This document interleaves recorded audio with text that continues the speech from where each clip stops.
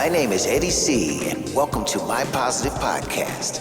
I'll bring you positive stories of people from all walks of life, because everyone has a story to tell.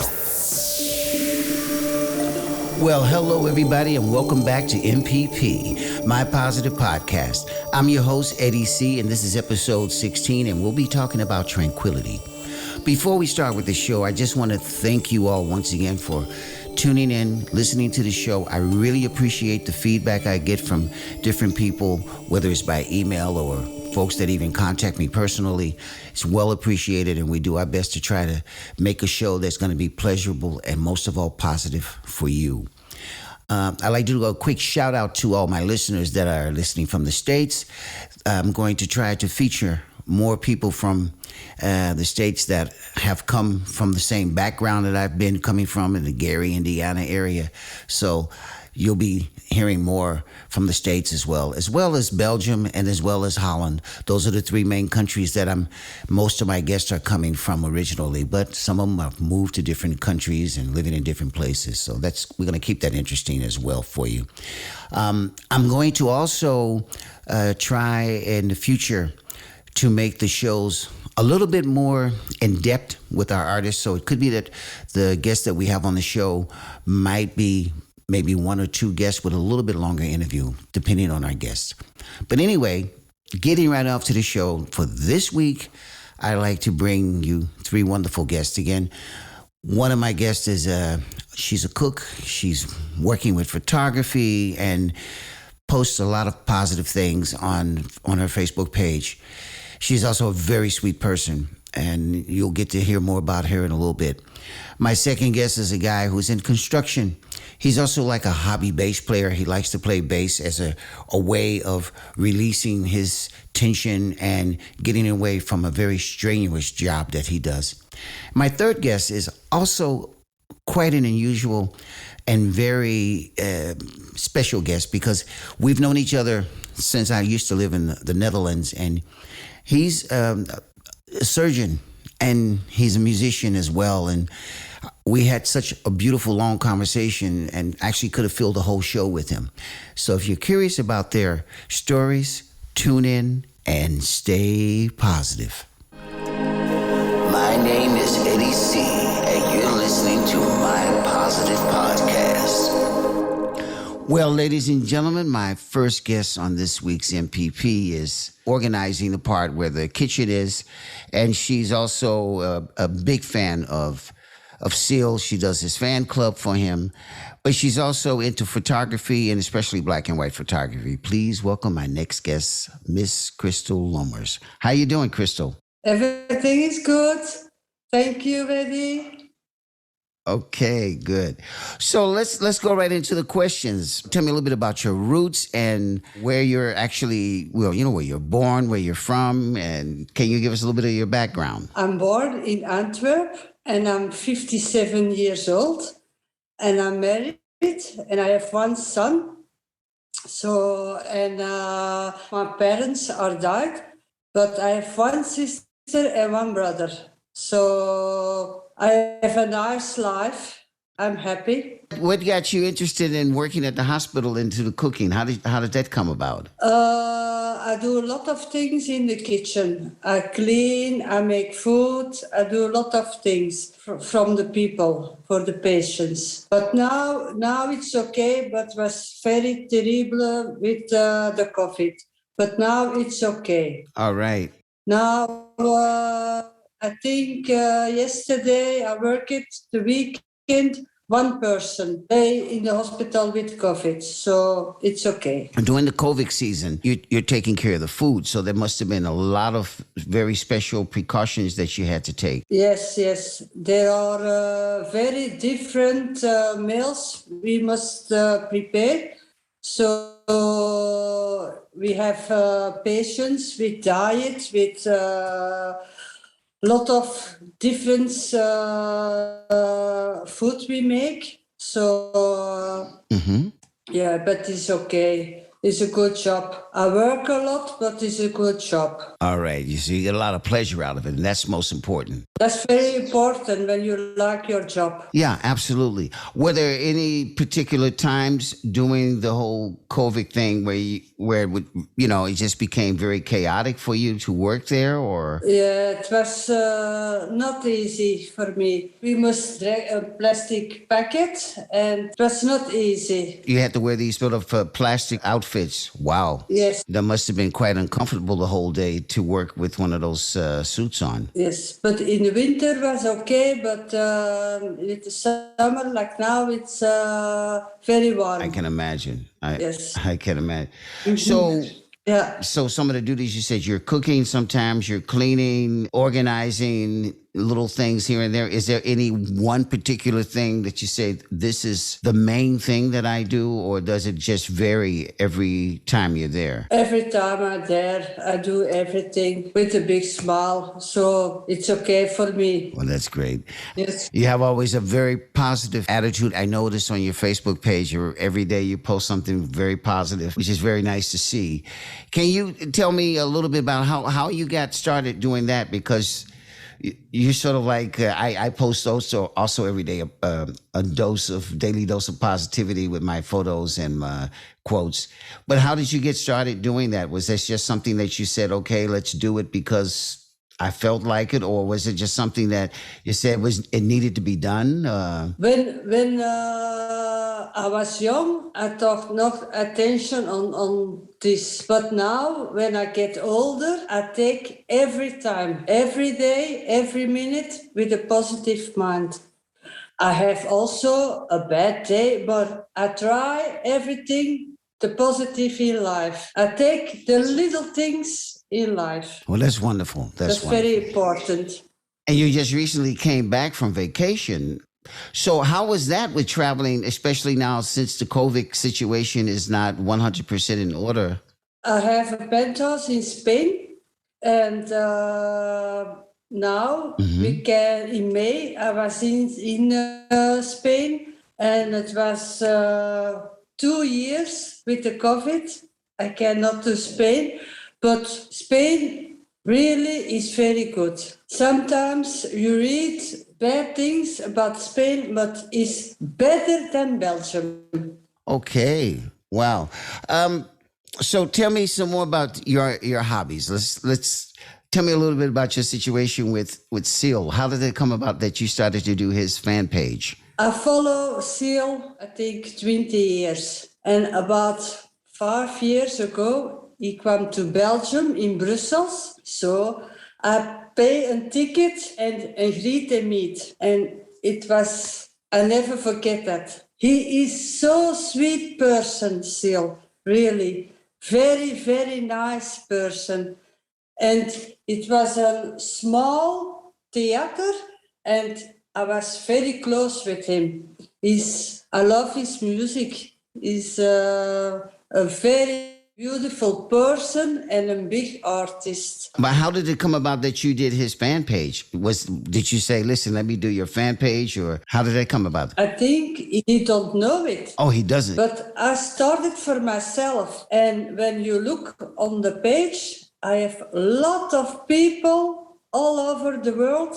They follow my fan page. So wow, I'm sure he must know something about it. I mean, if so many people are following him. I hope. I follow him on Instagram, and when he posts something, I give always a positive reaction. Okay. And I think 2 or 3 times he replied me. He gave you a reply back. So then he does actually know that you have a fan page, in fact. He gave an answer. So maybe you should let him know that, Yes. Because on Instagram, you can send a message to someone. So you might want to write him a message and say, listen, I have your fan page and there's a lot of people following you. I hope. It's just a suggestion. Maybe I can try. Tell me something about your photography, because I see a lot of pictures that you make, and you're very much into black and white photography. So tell me how that came about. I love pictures and I love photography, But when I was younger, I like color. But now I find out that black and white give me an expressions on the pictures. I love black and white pictures, and so you can give everything in your pictures. Mm-hmm. And for me, positivity to the people. Some people say you post a lot of pictures and they give not like, but not for me. I give no interesting. Only interesting for myself and for when I die tomorrow. Everybody, my family, my son, have from me pictures. So, but also the simpler things, flower, the sky, is also for me. I live on the 9th floor, and in the evening, every day the sky is different. Never the same. The most beautiful light show in the world is the sky outside. Yeah, it's never the same. But touching back on your black and white pictures, I noticed that you were saying that you like the contrast between the subject. So you want the subject that you're taking the shot of to come out more than having with colors, which I know you see a lot. You see a color picture and something can take away from the actual subject that you want to see. So you're really doing it basically so you can focus on the subject matter, right? Yes, yes. Sometimes with the color, give the photo more expressions with the color. But yes, I love black and white. I think when I was younger, a little girl, all the pictures were black and white. I think back in my little years, I think. It's sort of a nostalgic kind of approach that you have with black and white pictures. Yes. Yes. You know, you're married. What does your husband do? Is he also associated with doing the same kind of work, closer to the work, or something completely different? No, he works on the port of Antwerp. Okay. So something completely different again. Yes, completely different. Yes. Oh, wow. And your son, is he a teenage son or he's... No, he's 28. Oh, wow. So he's on his own as well. He leaves the house and he buy an apartment with his girlfriend. So now it's good, but the first days he leaves the house, it was very difficult for me. No mother likes to have her child leave the nest, as we say. Yes.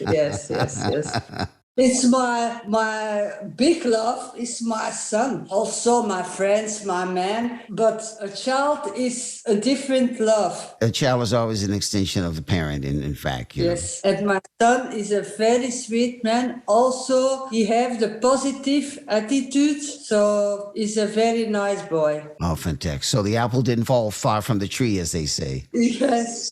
I'm proud of my son. Oh, fantastic. We were talking about your musical thing. You have the nickname, was it Crystal Rose? What can you tell us more about that? You know, I love music, and on Facebook was Peter from Veen, but I don't know him. But also with music, he contacted me, and now he does a radio show, DMN, on Wednesday evening. And now I work with him together. I make the flyers for every week from the radio station. All right. That is my work now. I work for the radio station. You have all of these hobbies that you're doing. How do you have time to find some balance between everything? It's okay. Sometimes it's not easy, but I do my best. Sometimes when I work very much, it's not so easy, but I try to take time for my hobby. So I have weeks that I work all the week, and I have weeks like now, 2 days free. So every week it changes. And I work also for Ferdinand. He's a big producer from Belgium. And I make also flyers and the covers of his label. Okay. You're doing those things digitally, right? Yes. Basically. Okay. Fantastic. Well, listen, we're getting close to the end of our interview. I have one more question for you, and that's our theme, which is tranquility. So what does tranquility mean for you? means a lot. Yes, means a lot for me. All the people are very rush and busy, but you must also try to keep calm and take your rest. And all the people sometimes are bad and talk bad things about people, but it's not my thing. I try always to say to the people, try to positive. Every day is another day, but the world is now not so good. But I hope it's go better. And I say to the people, enjoy your life, the little things. When you want a cup of coffee, enjoy from your coffee. You see? But some people will a lot luxury, you know? I have also luxury, but I work hard. And some people very jealous, you know? Right. The world must change. But I say on my Facebook, we must change the world, but I cannot not alone, you see? Mm-hmm. You know, every little bit helps. You know, every person that's throwing something positive out there online, which is what I try to do with the podcast, with my quotes. Every little bit of positivity will help. And I constantly say, well, if everybody took 5 minutes a day and threw something out positive, that would change a lot of the attitude that's going on around the world, you know? Like last evening with football, England, Italy, when you see after the match, England fighting with people, I don't understand this. You see, you must, when you go to the match and you lost the game, okay, but try to be positive and enjoy it, but not to fight. Well, you know, I think a lot of times losing a so-called competition, it's not about that. It's about the fact that you got as far as you did, and they actually should be glad they got as far as they did. You know, because they could have been knocked out much earlier if they would have been, for example, on the opposite bracket. So I think that the majority, there's always a small amount of people that are only about being the best, only about winning. It's great to achieve, but it's not about just being the best. It's about getting the best out of yourself, I think.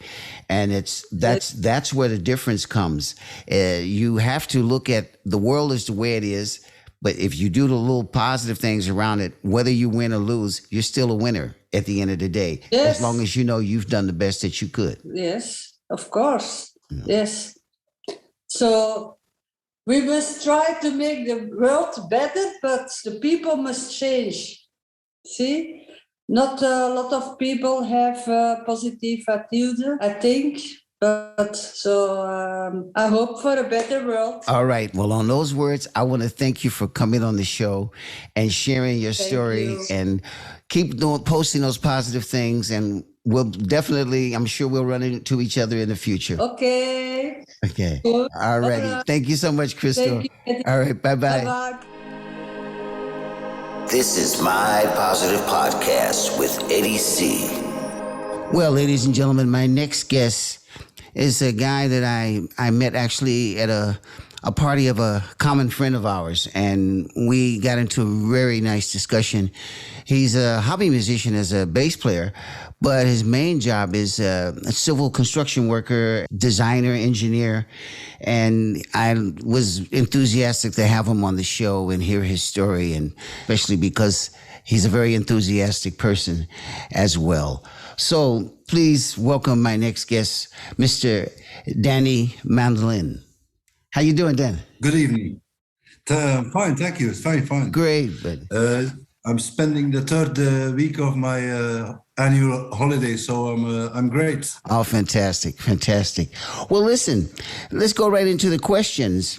Can you tell me and your audience a little bit more about your background and, you know, where your roots are, where you came from, and how you got into the construction world? Yes, I can. As a matter of fact, I'm about 50 years old, and the adventure started 25 years ago, or 30 years ago even, when I studied in Ghent, and I chose the civil engineering business. So I studied for 5 years, got my master's degree in civil engineering. And then after that, I went to, as an expat, went to work in Thailand, Bangkok for 5 years for the construction of an elevated expressway between Bangkok and Pattaya. After that, wow. I went to Dubai for the construction of a high-rise buildings for B6.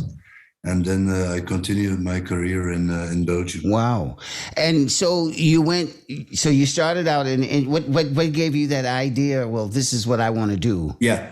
Well, I'm good in the mathematics. So it was quite clear from the beginning when I was 16 years old that I would do a master in civil engineering.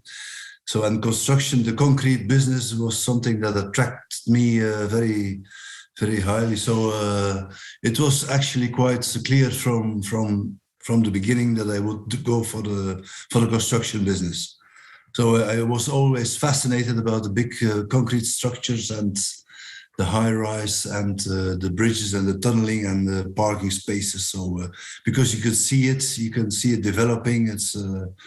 It's interesting to see some projects grow. Mm-hmm. It's much better, in my opinion, to do this instead of electrical engineering, where you cannot see any current flowing and chemical business. I don't know anything about it.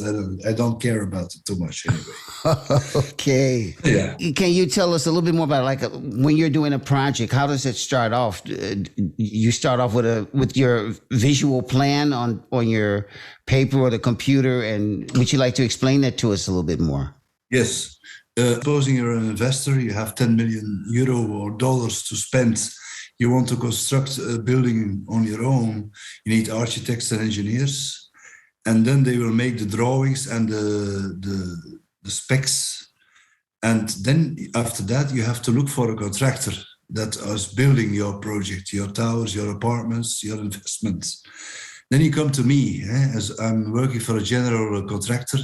I will look into the drawings and to the specs, and I will see how much it will cost to make it, how many tower cranes I need, how much concrete, how many people I will need on the site, how long it will take to build actually your projects. And then I will make an offer. So I have a team of quantity surveyors and stability engineers, structural engineers, and techniques for the electricity and for the currents and for everything. So after, let's say, 4 weeks, I will give you a quotation. I will tell you, we can do it. We can build the thing in 2 years, and it will cost 9.73 million euro, for instance. Okay. And then after that, the negotiations will start, and maybe we'll give you a discount of 2%. And we hope to get the projects then now and then. Wow, that's quite a handling and quite an estimation when it comes to financial things. I know that you were telling me when we spoke that you were busy with. There was a new project, I think, in the Brussels area that you were busy with at the moment. Yes. Can you tell us a little bit about that? Yes, it's about I'm currently executing a work in Brussels. It's construction of 2 bridges.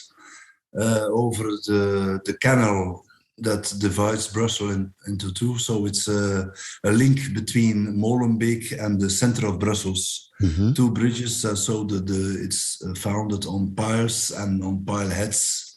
It's not a too big project, but it's quite a successful project, and it's 2 steel bridges of about 200 tons each. It was quite spectacular for the installation, because we had to use 2 cranes, one on a ponton on the water. So there were about 350 people watching us. Wow! Installing the bridge during the weekends, during long weekends 1 month ago. So it was a spectacular work, but it went well, and we are actually making some profit on it, and everybody is happy. So that's the most important thing. Okay. Well, I know that you also, with your projects, you're a man of many ideas. And do you ever make your own designs or anything for particular projects? Have you done that, or are you doing that? Or actually, it's all about, in the construction business, money is very important. I'm not an architect. I see the drawings and I look into it. Can I do it cheaper? For instance, if you need to construct 2 layers underneath the ground, you have to do blinding, or you have to do stability of the building next to it. Can you do it cheaper? Yes or no? This is the main thing that I'm worried about. Sometimes I find something to do it faster with a different crane or a different execution methods. But for the actual, architectural stuff, I'm not very. I would say this is not my kind of business. I'm not an architect, so it's just the architects make the drawings, make the design. I see if I can make it cheaper and with the same materials, just in execution. But creating myself, I cannot do, because we are a general contractor. We execute what we are told to do.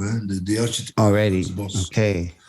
Are there any major projects that you're busy with for the near future? Yeah, there is quite a lot of things coming soon. So there is a 150 million euro project in Ghent for the metro, the tram in Ghent.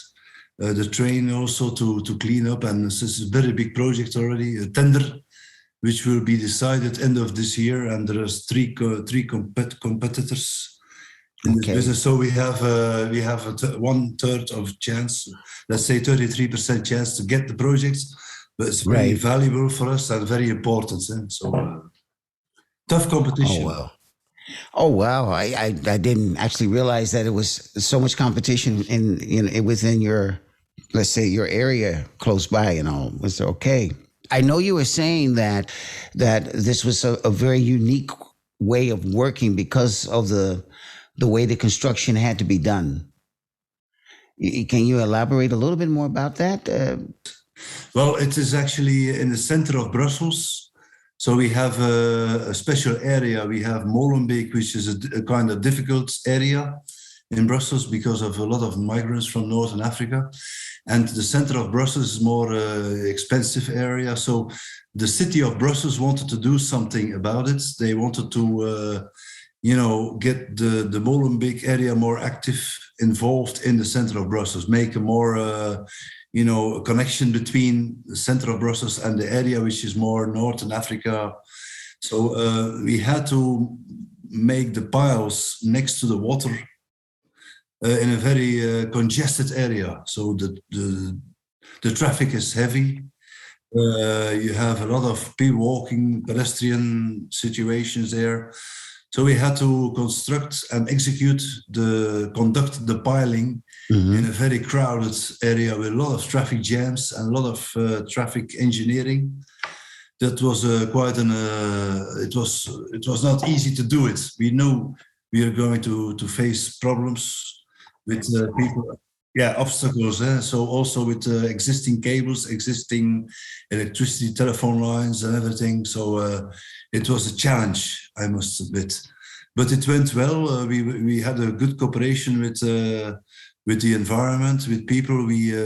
We spread it every week, a small newspaper of 4 pages to the people, the local people, to inform them what we are going to do in the next month, so that everybody was involved. And if there was any problem, we could put the problem on the table of the weekly meetings.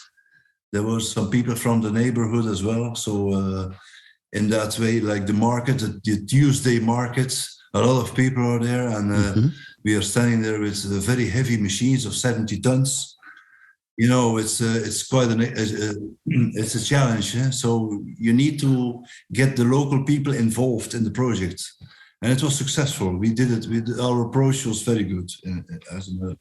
It's quite an undertaking, because there must be a lot of preparation hours before you even start to, let's say, let the first hammer fly or whatever. Exactly. Yes, at least 2 or 3 months. We started with the preparation, office works and drawings, for instance, the traffic management. First, you have to cut off the street. So all the traffic has to be divided to other streets and other places. some pedestrian temporary walkways have to be executed or planned first. The police has to be involved because the police captain need to give the green light. Otherwise, you cannot do anything in Brussels. You need a green light from the police, and this takes weeks. Okay. You cannot underestimate it. These people have to be given the drawings, the suggestions. You sit down with them in meetings. They see what you propose, and then they, after 2 or 3 weeks, they correct. They have different ideas. So it is, but it always goes like that, and we have experience in it. We know how to do it. All right. Mm-hmm. That's quite an undertaking. Well, I know that you have another very big hobby, and that's music. Yes, I love it. And you're also a hobby bass player, right? That's correct. Yes, I play in two bands, but it's only I'm not a professional like you, Eddie. So for me, it's only to clear the mind. I love it. I love music from when I was a young man. And I weekly play with 2 bands. We play some covers and we have fun. That's basically the idea. And we perform like 5 to 10 times a year on local small festivities. We enjoy it and we like it. Yeah. Oh, that's fantastic. So, in the process of making your music, that's like you said, is more or less a sort of getaway from all of the work, because that's actually quite a heavy job you're doing. If I hear all of the organization and everything around it, that's quite a task that you have to handle each time. Yes, but I'm used to it. You get into it when you're a young man, and in the beginning it's difficult, but you learn fast, and you have seniors above you. 20 years ago, I could not do it what I do today. But at that time, there were people on my age now that told me, and they taught me how to do it. So it's a process of learning, making mistakes as well. So you get better every year, and you need some hobbies to clear the mind, and and playing music is a fantastic hobby. It's an effort. So the best thing to clear the mind is an effort in a different way. Oh, absolutely. I agree with you wholeheartedly on that. Yes, indeed. Well, we're almost down to our last question, basically. Okay. I would like to actually ask you our theme question, which is, what does tranquility mean for you? What does that mean for you? I was thinking, because we spoke a few days ago, I was thinking about it, and actually immediately it appeared in my head that I'm just back from holiday. I went with my wife to San Marino, and we had some problems with the car. The brakes didn't work in Italy, so we drove the car to Italy. But when we arrived there was a day of stress because the brakes were not functioning anymore. So we hired a car and we went to San Marino. And at that point, suddenly, we went high up in the mountains, and there was one guy sitting there, and he was making cartoons of tourists for €8 per picture. Okay. And I was looking into this man with his craftsmanship, with his pencils, how he did it, the face, the eye, the nose, the lips, and he was drawing. And I was looking into this, the drawing was fantastic. And I looked left and right, and I saw the mountains of Italy. And I saw the relax of all the people around us, were like 20, 30 people watching this man, this very high skilled man, drawing the face of a tourist. Wow. And that was a moment of, this is really holiday. So I thought about this tranquility. Perhaps this is what you wanted to hear. So it was a moment of joy, really joy, and after some period of small stress. Okay, and I guess that when you're making music, that's also a form of tranquility for you as well, because Absolutely. You're taking your mind off your work. Yes, you take your mind off the work. You play music, and you realize, you join the club in the evening at 7:00 with the band. You start playing. You're under stress. You don't feel very well.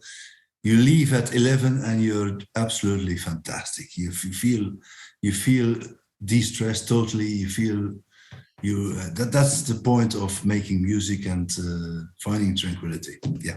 Must have been actually pretty difficult during the time also of the what we have now, the whole corona thing, which is still actually quite active. That must have been an enormous stress on your company as far as being able to work because everything had to stand still for so long. Yes. Very good. Yeah, that's correct. So we have different sites. We have different construction projects, also internationally. So I remember in France, the police came on site and stopped the work. It was game over. So you have signed contracts that you will finish this building by end of the year. But if you have to cut the work down, you cannot work anymore, then you lose a lot of time, and there is a fine you have to pay. So we had to sit down with the clients to negotiate and to say, yeah, this we cannot help. It's not in our hands. Many people came into problems, and not only in the construction business, but in the music business as well. A lot of companies came under pressure because of this COVID business. And it is a very dark period for everybody, and also for the construction business.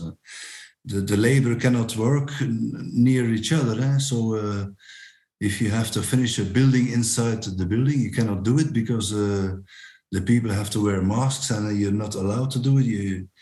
It's a challenge. It was a very big challenge. I hope it will never repeat itself. I hope it's soon gone. The whole COVID, we cannot afford it to have a second wave, to have a fourth or fifth wave again. They should stop this year. Well, let's hope that we find some solutions that we can get back, like what I consider to the new normal of lifestyle. And of course, you being able to play your music and take your vacations and see a cartoonist, right? Draw something. Those are very tranquil moments to treasure when you go through that. Yes, sir. Well, I want to thank you so much for coming on the show and sharing your story. It's quite interesting, the whole construction world. I never really realized that there's really a lot involved. You would think people see, a lot of times we see a bridge or we see something and we don't really realize how many people are actually involved just for that one particular spot to be done, so cars can cross over the bridges or go under the tunnels. There's a lot of work, and thanks to people like you, we're able to see different parts of the cities and different parts of the world. So that's a very positive thing that you're doing, my friend. Okay, thank you very much. The pleasure was mine, Eddie. All right, thanks again, Danny. Okay. Good evening, man. All right, bye-bye. This is My Positive Podcast with Eddie C. Well, ladies and gentlemen, my next guest is a very dear buddy of mine. I refer to him as a brother from another mother. We once met many years ago in Amsterdam. I played on an album of his, and at that time he was using this artist name called Doc Jazz. But he's also a physician and doing some wonderful work in the Middle East. Please welcome my next guest, Mr. Tariq Shadid. Hey, buddy, how are you doing? I'm good, man. I'm good. I'm so honored to be on your podcast, and it's so great to see you again. So, yeah, man, you've put me in a great mood. Oh, fantastic, man. I appreciate that. Well, listen, we've got a lot to talk about because you've done some wonderful things, not only musically, but also in the medical world, and still doing that as well. And then in difficult times, especially where you are. So to take away some of the mystery to our listeners, why don't you just give us a little bit about your background and tell us what you're doing and so forth. Okay. So hello, everyone who's listening. I hope you're having a good time. I hope it gets better hearing us. My name is Tariq Shadid. I was born and raised in the Netherlands. I'm of Palestinian origin, and I'm a surgeon. I think that's the shortest summary I can give, but I can add to that I'm also a musician. I'm a singer-songwriter, you could say. I play on many different instruments, and I try to put everything together in records that I record together, sometimes with some of the finest musicians like Eddie C, who's been on my on my biggest album on several tracks, and even recently did another jam with him.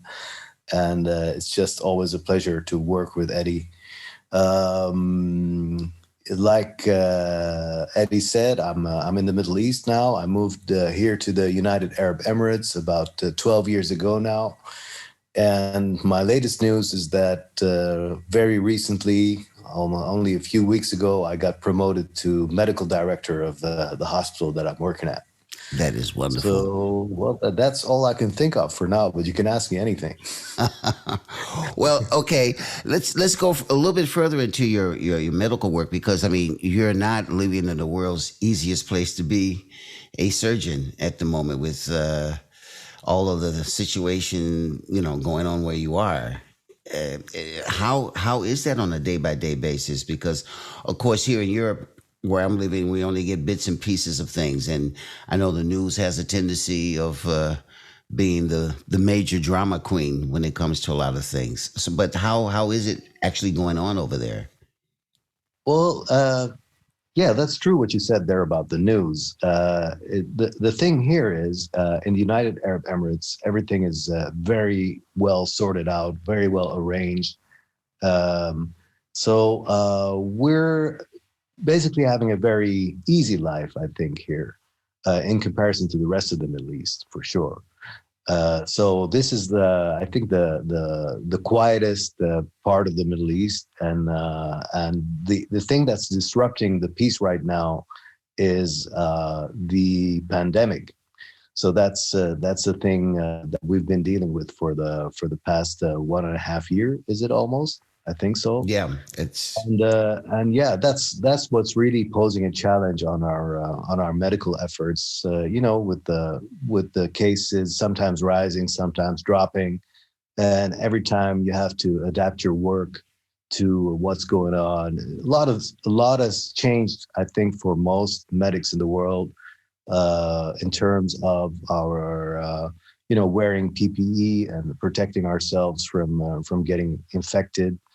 And trying to educate the world also, which is a very hard thing to do, because people are getting their information from so many different sources, and there are so many sounds in the world where people are trying to play it down, or saying that it's a hoax, or saying that it's not there.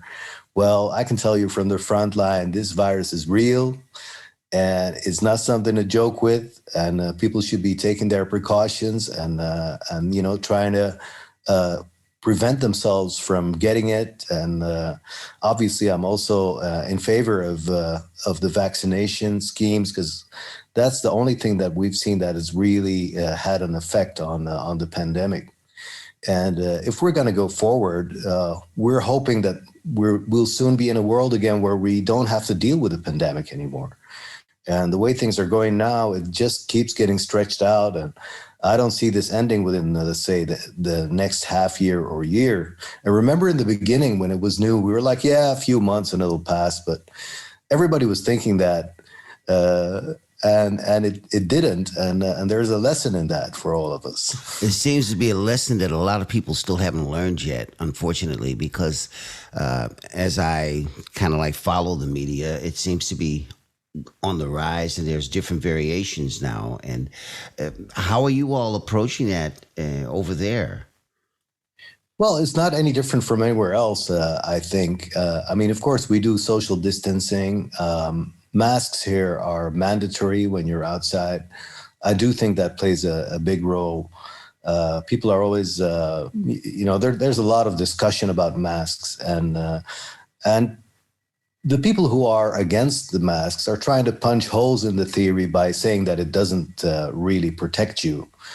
And unfortunately, that's true, but it does help you from, it diminishes the chances of you infecting others. Mm-hmm. So it's a bit of an unselfish thing to do, to wear a mask. You're not wearing it to protect yourself from getting COVID, but you're wearing it to put a little bit of a limit on on the little droplets that shoot out of your mouth when you're talking from reaching other people. Yeah, so you're doing it to protect others, and somehow that message is not getting across, because all the commentaries that you're seeing from the people who are against masks are all about, but hey, it's like as if I'm not going to get the disease if I'm wearing a mask.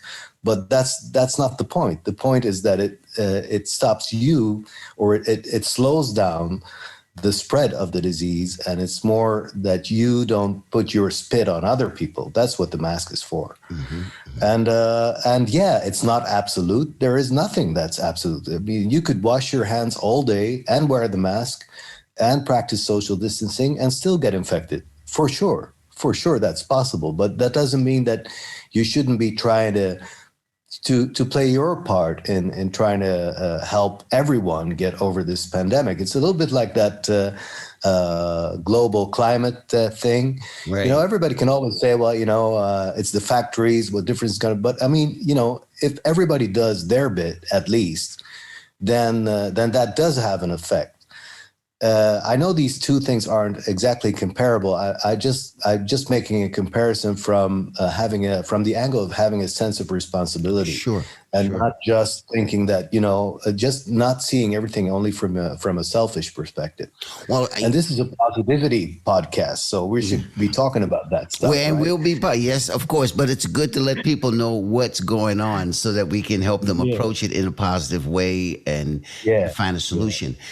Yeah. One of the things that I always admired about you and still do is your positive attitude in whatever we've been talking about in the past, whether it's music, and I'm going to come to that part a little bit later.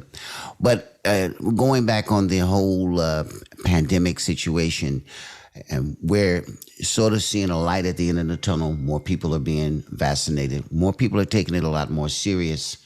And in the beginning, they said it was just like a flu on steroids, of course. I must admit, I actually had that idea as well.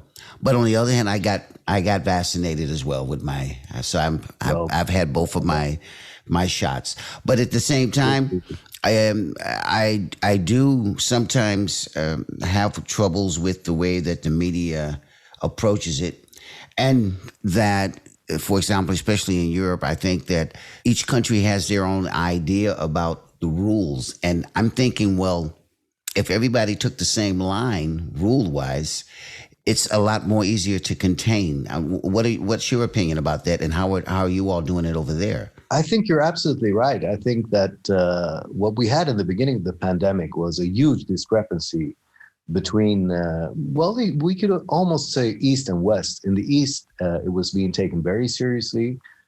People would say in the West that was very exaggerated. And there were serious lockdowns, and masks were mandatory from the beginning. And in the West, it was like, come on, it's just like a flu. They weren't even saying on steroids. They were actually promoting the idea that it was that the actual flu was worse.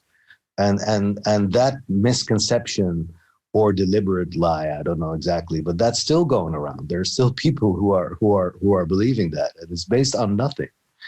And I totally agree that, if this is a pandemic, which means it's everywhere, and if it's being dealt with in a different way in all these different countries, then it's going to be very hard to beat.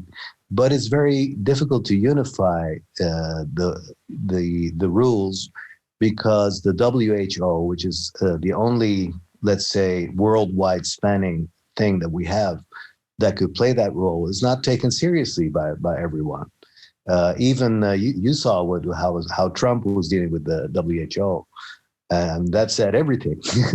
And it's like a WHO. I mean, who the hell are they?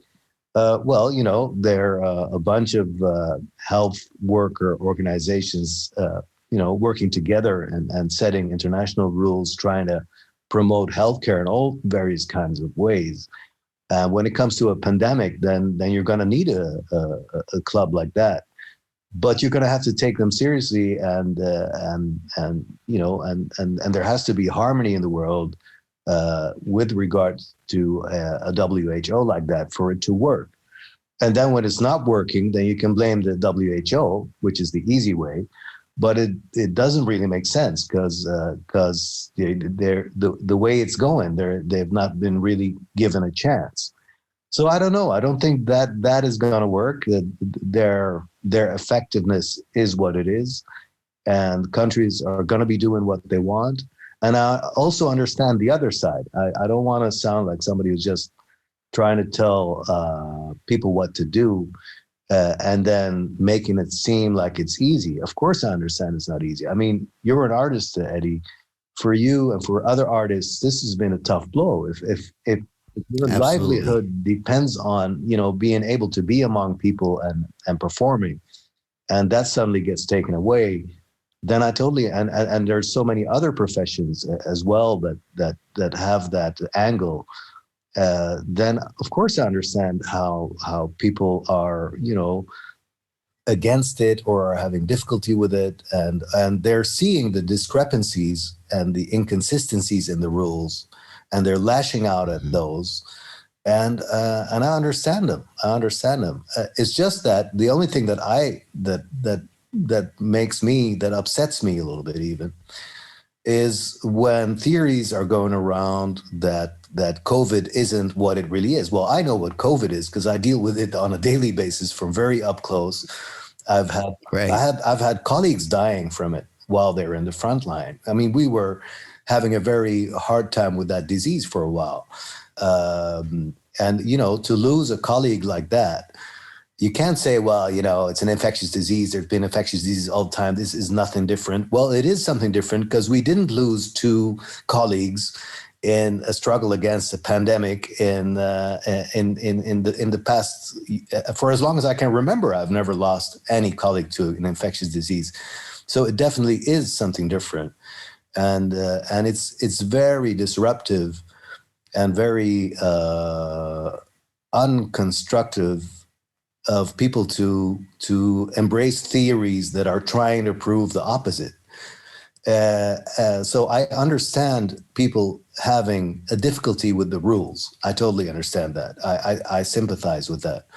I don't sympathize with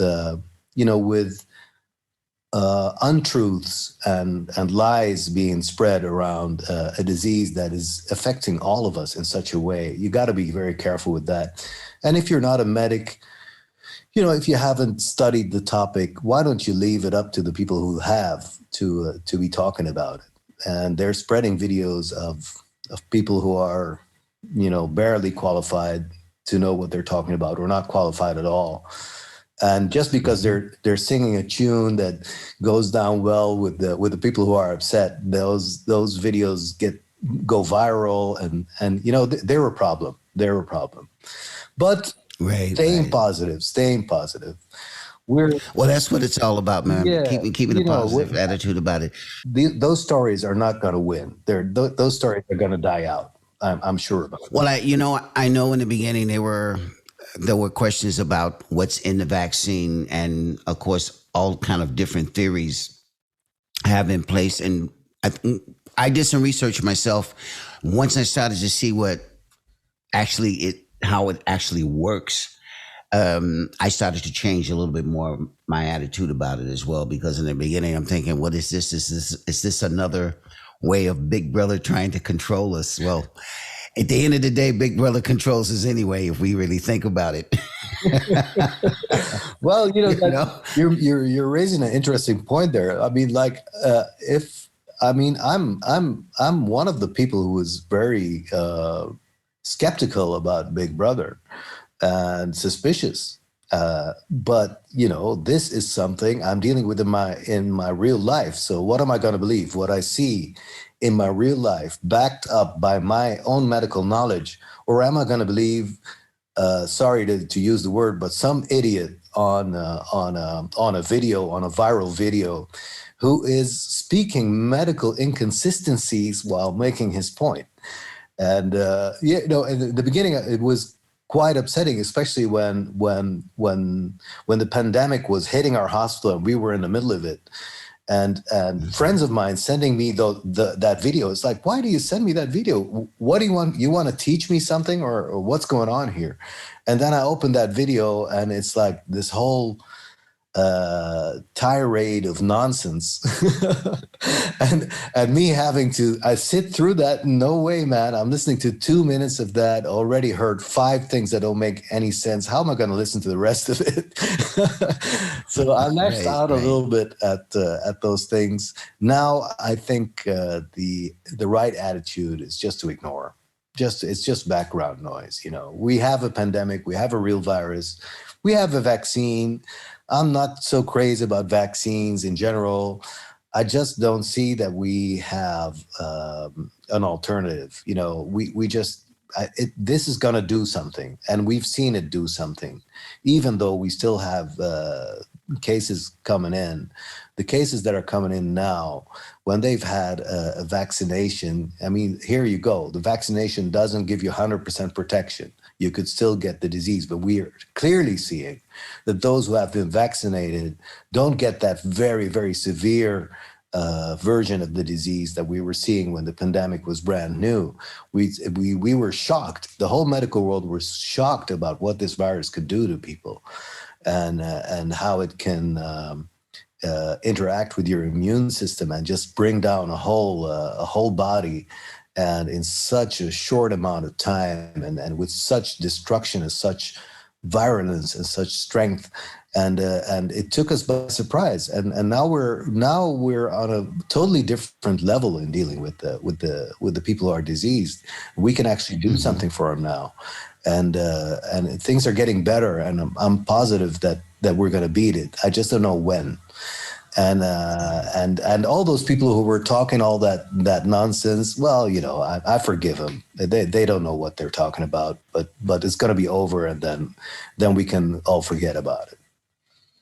All right. I appreciate hearing those words, and I think my public as well, because, you know, that's a subject that we can't get around at certain moments of the day, you know.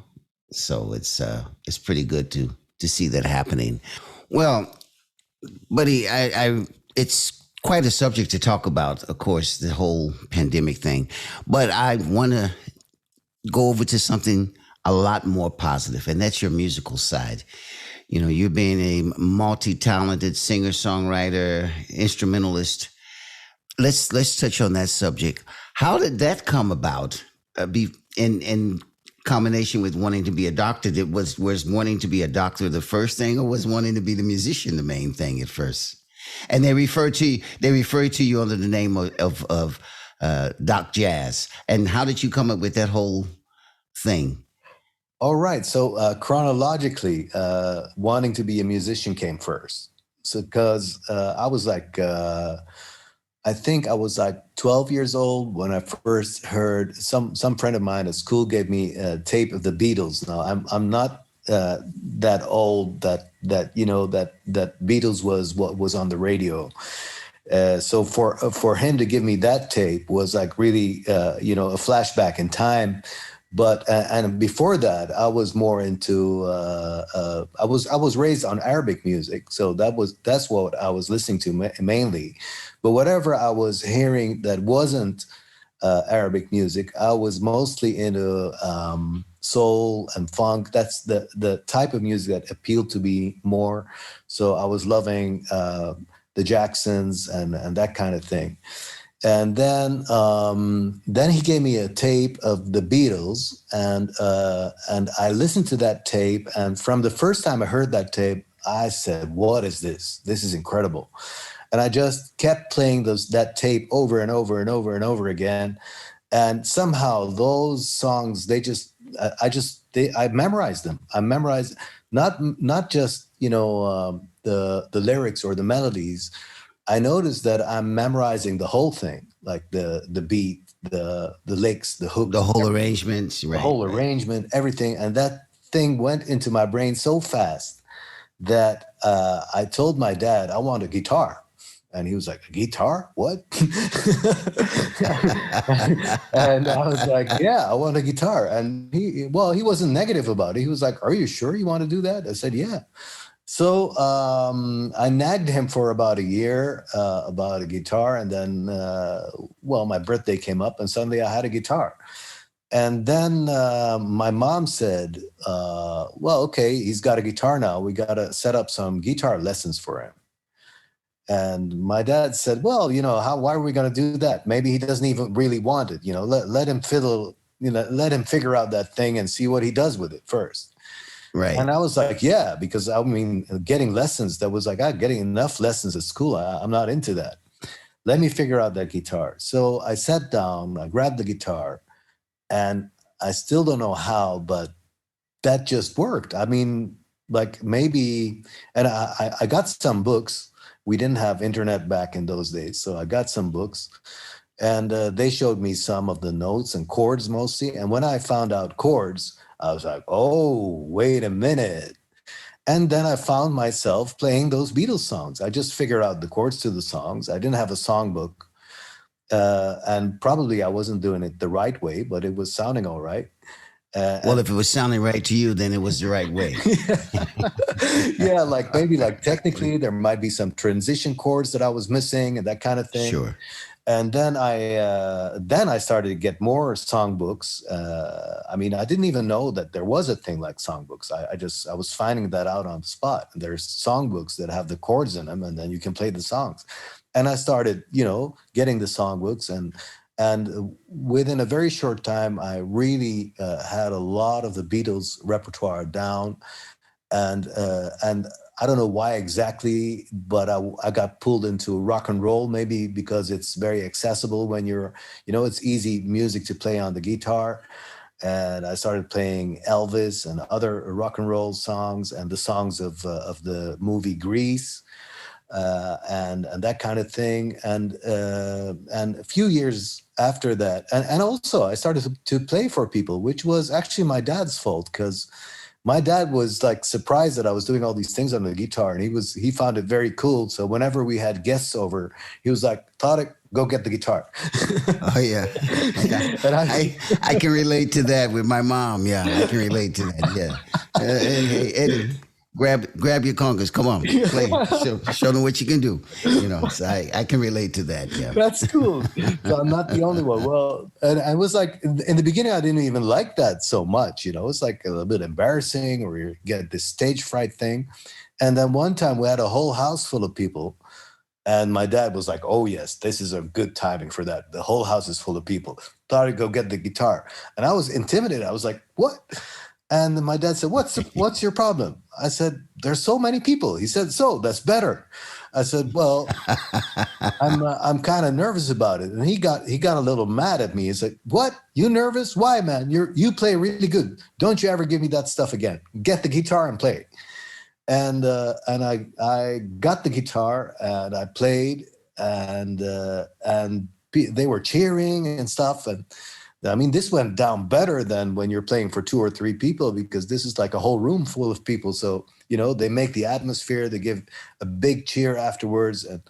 And then I started feeling really good about it. And actually, I don't think I've ever had any stage fright since that day.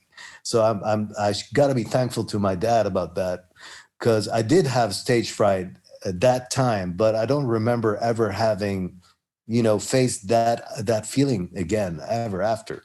So then my sister wanted to learn how to play the piano, and they got her a piano, and they got her piano lessons, and then there was a piano in the house. So I was like, okay, let me see if what I taught myself on the guitar, I can find those same notes on the piano. And I started finding my guitar notes on the piano, and I started strumming the piano the way I strum my guitar. And then I found myself playing piano songs, and I figured out that you play the piano a little bit differently. But it's all chord based, everything I know. I still can't read any notes. I don't know how to read notes. Welcome to my world. Why they won't get into my brain. Man, we can relate.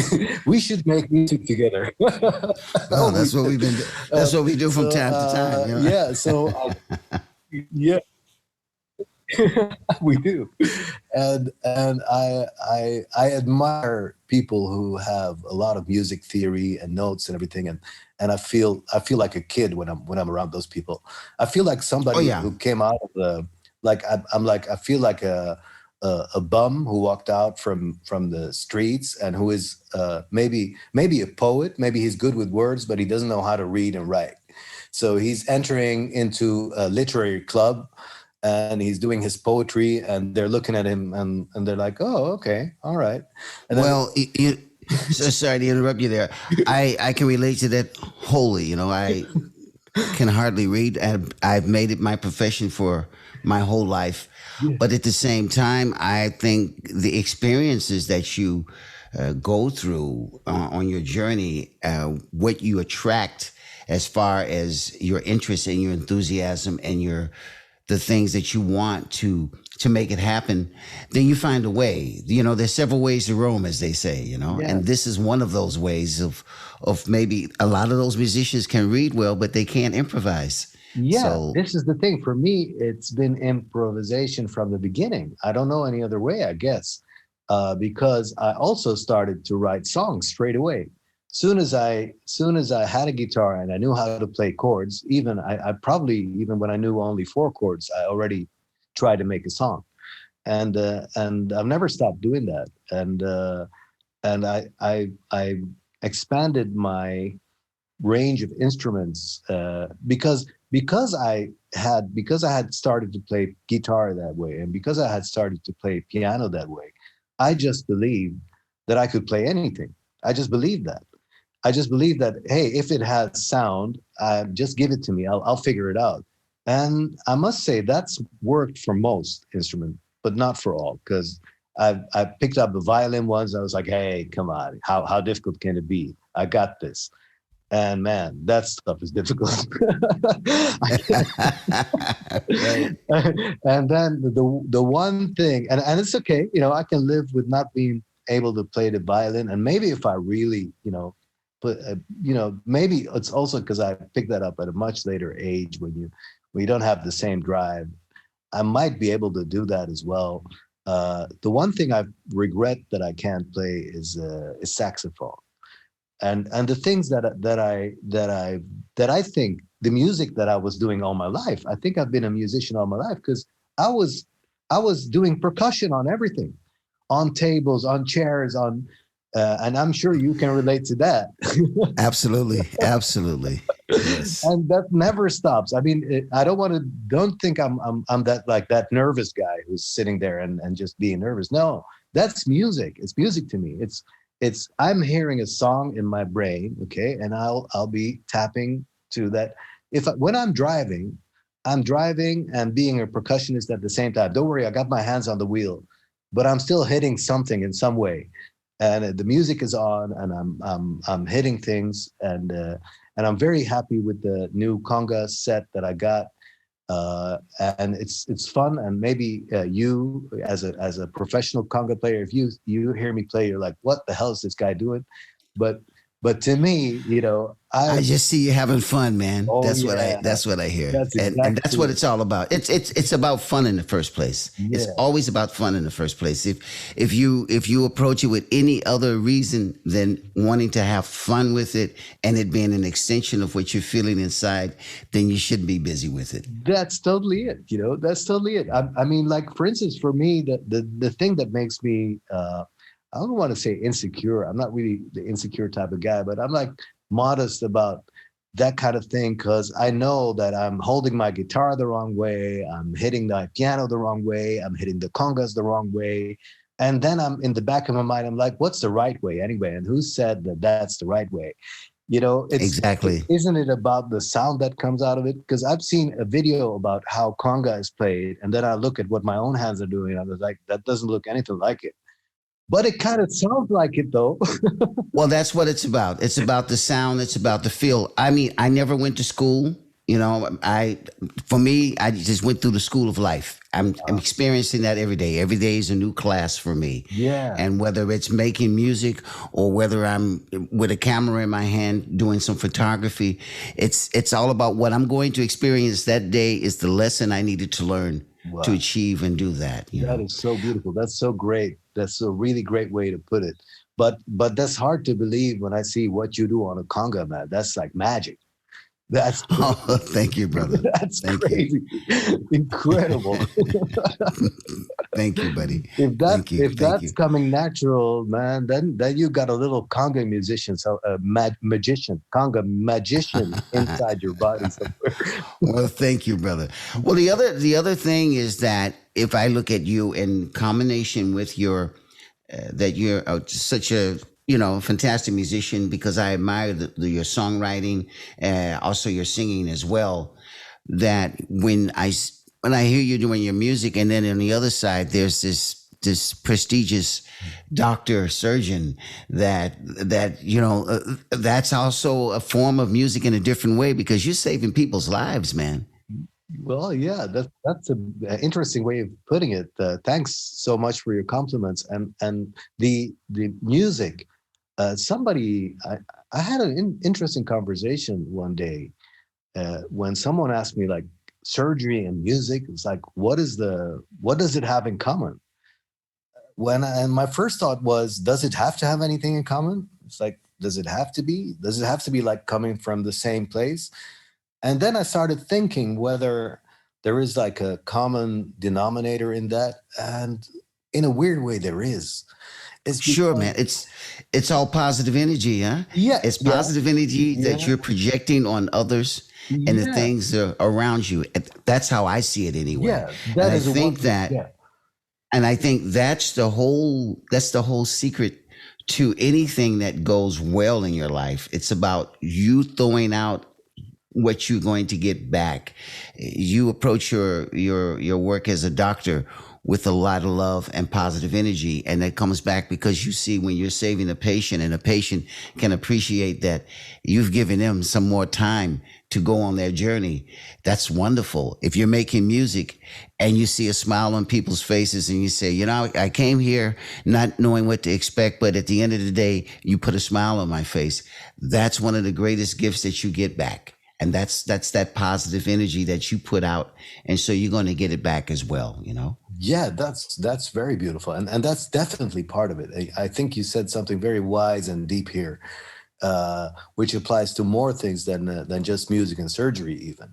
And the other thing that I want to add to that, it doesn't take away from anything you said, it just builds on it, is that do you know that if we go down to an atomic level, everything is vibrating.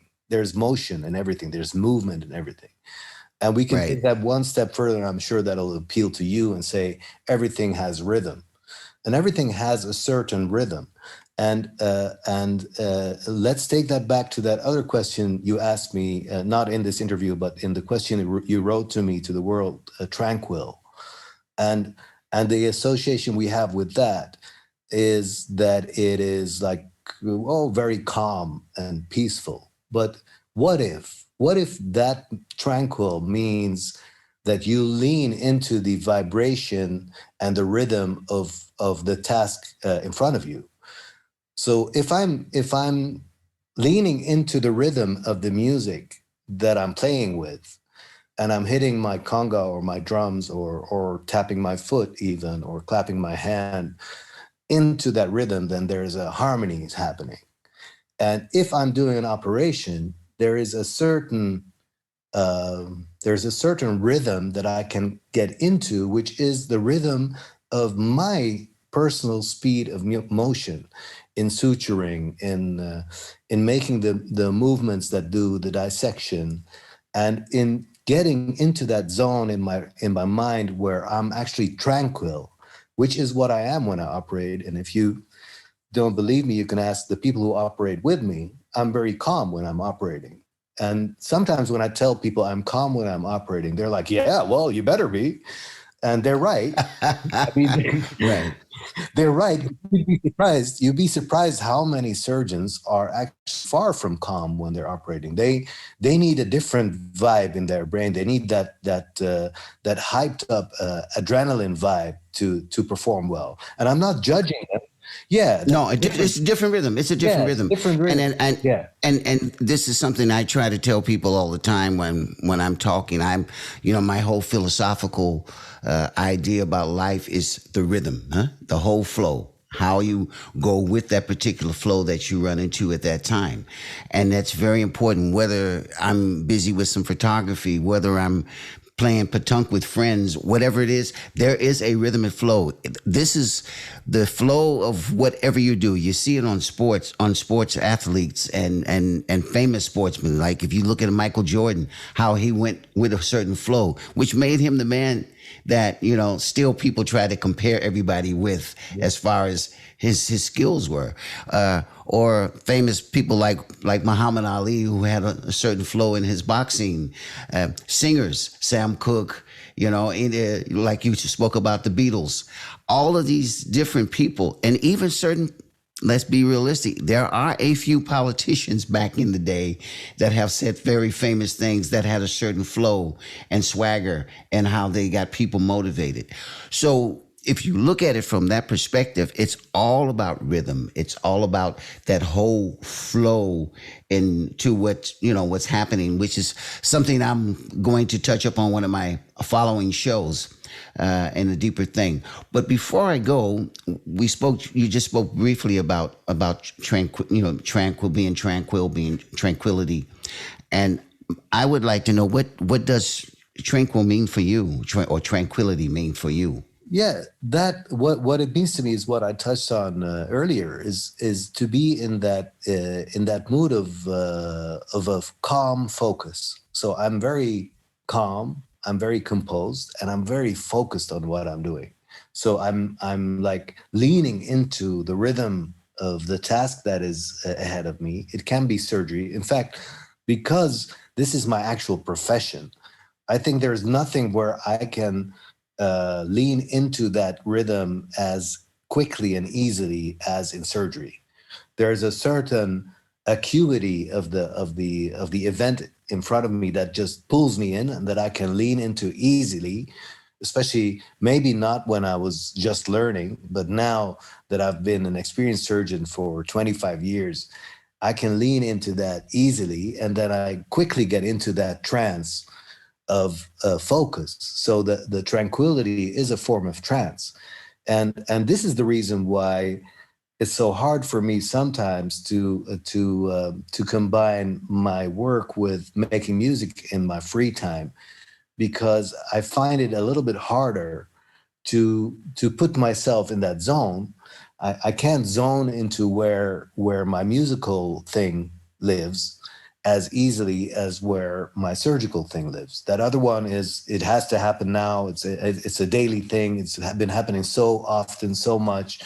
I'm trained in making those steps and immediately zooming in to the right mood. And when I'm like 2 days, like now I haven't touched an instrument for months, I think 6 months or something, and literally not touched an instrument, while my room here is full of instruments. I could grab any instrument anytime, but I'm just not. And that's not a bad thing or a good thing. It's just what it is. But 2 days ago, I was like, hey, I haven't touched an instrument in a long time. And I had piano on my mind, and I switched on my piano. And it's not that I can't play.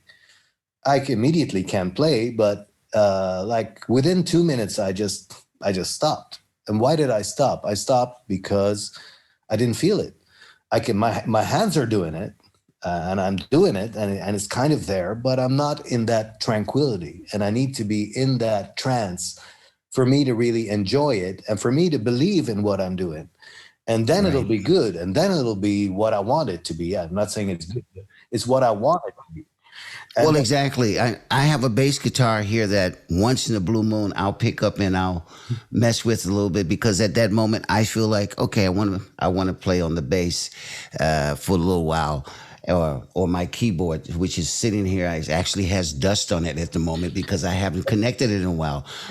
But at the same time, I have a lot of other interests, and this is what you have as well. And I think that what people need to accept from themselves is wherever your rhythm takes you. And it's not about your rhythmic music rhythm. It's about your life rhythm, the pulse, your blood flow. Let's say, if you want to put it in surgical terms, it's where your blood flow takes your mind, takes your feeling, and takes your soul at that moment. At what in the things that's interesting for you to do. And I've noticed that as I've gotten older, I've discovered new things like this podcast that I want to do and that I'm doing with you and other, my other guests. The fact that I've gotten more and more in the last 5 years into being interested in photography and discovering other new avenues around me, because life is about a lot of things. And once we start to tap into that rhythm, then we're starting to appreciate our journey that we've had along the way and the journey that's still to follow for us, Wow, man, that's so deep. That's so good. Really, really, man. This, even just this sentence that you just said, that should make your podcast heard by everyone. There's so many people who can benefit from hearing that. The concept of rhythm and leaning into the rhythm that is ahead of you, and I can't even say it as well as you did. You said something beautiful there, and it needs to be heard. People should be listening to your podcast for real. Oh, thank you on that, brother. I really want to thank you for coming on the show and sharing so much. I could have done a whole show actually with you by yourself, because we've got so much to touch on, and I'm sure in the future we will be in contact again, whether it's on the show, whether it's something musically. We will definitely be in contact. It's like we always have this sort of path that that crosses from time to time, and it's always in a good frame of mind. So yeah. I'm very proud to know you, my brother, and likewise, you're doing some beautiful things over there. Keep doing that with whether it's your surgery, your music, man. Keep spreading that joy and your tranquility to others. I really adore and appreciate it. The same. Keep on doing all those things, the podcast, the photography, the music, and in the world of rhythm, conga is king, man. Conga is king. All right, bro. A lot of love to you, man. You take good care of yourself. Love you back, man. Take care. All righty. Bye-bye. Bye-bye. This is MPP, and I'm Eddie C. All right. Now, those were my 3 guests for this week, which was, for me, once again, exhilarating. I always enjoy talking with all my guests that come on the show. They each have their own unique way of expressing themselves and what our theme means to them. And this week, of course, the theme is tranquility. And I think that's something that we all need to take time out to find in our lives, because that gives us a chance to kind of like hit a reset button and rediscover ourselves, and also kind of like put a pause on our lives and say, hey, what are we busy with? Are we happy with what we're doing now? Do we want to continue this way? Do we want to take a new route? So take the time out and take some tranquil moments in your life to kind of reflect on yourself and those and the things around you. And on those words, here's my quote.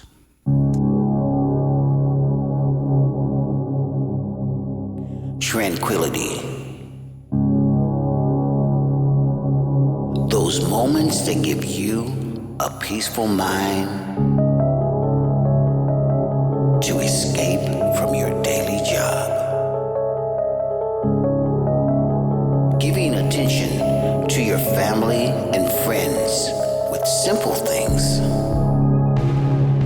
Watching someone do their art form and enjoying every paint stroke.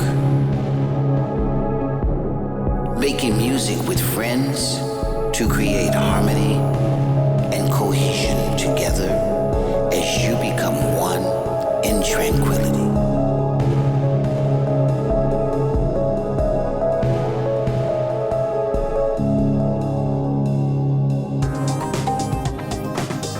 Well, that's it for this week's show, ladies and gentlemen. But before I go, I'd like to thank my 3 guests, Christel Lommers, Maddelein and Tariq Shadid for coming on and sharing their stories and bringing their tranquil moments to you. And remember, take a time to pause, find those tranquil moments in your life. Until next time. You can find me on all platforms like Spotify, Android, and Apple. On Facebook, look for My Positive Podcast, and my website is mypositivepodcast.com. You can also contact me via my website or Facebook. A very special thanks to my technical producer, Iswan. This show is a production by Antwerp Podcast Service.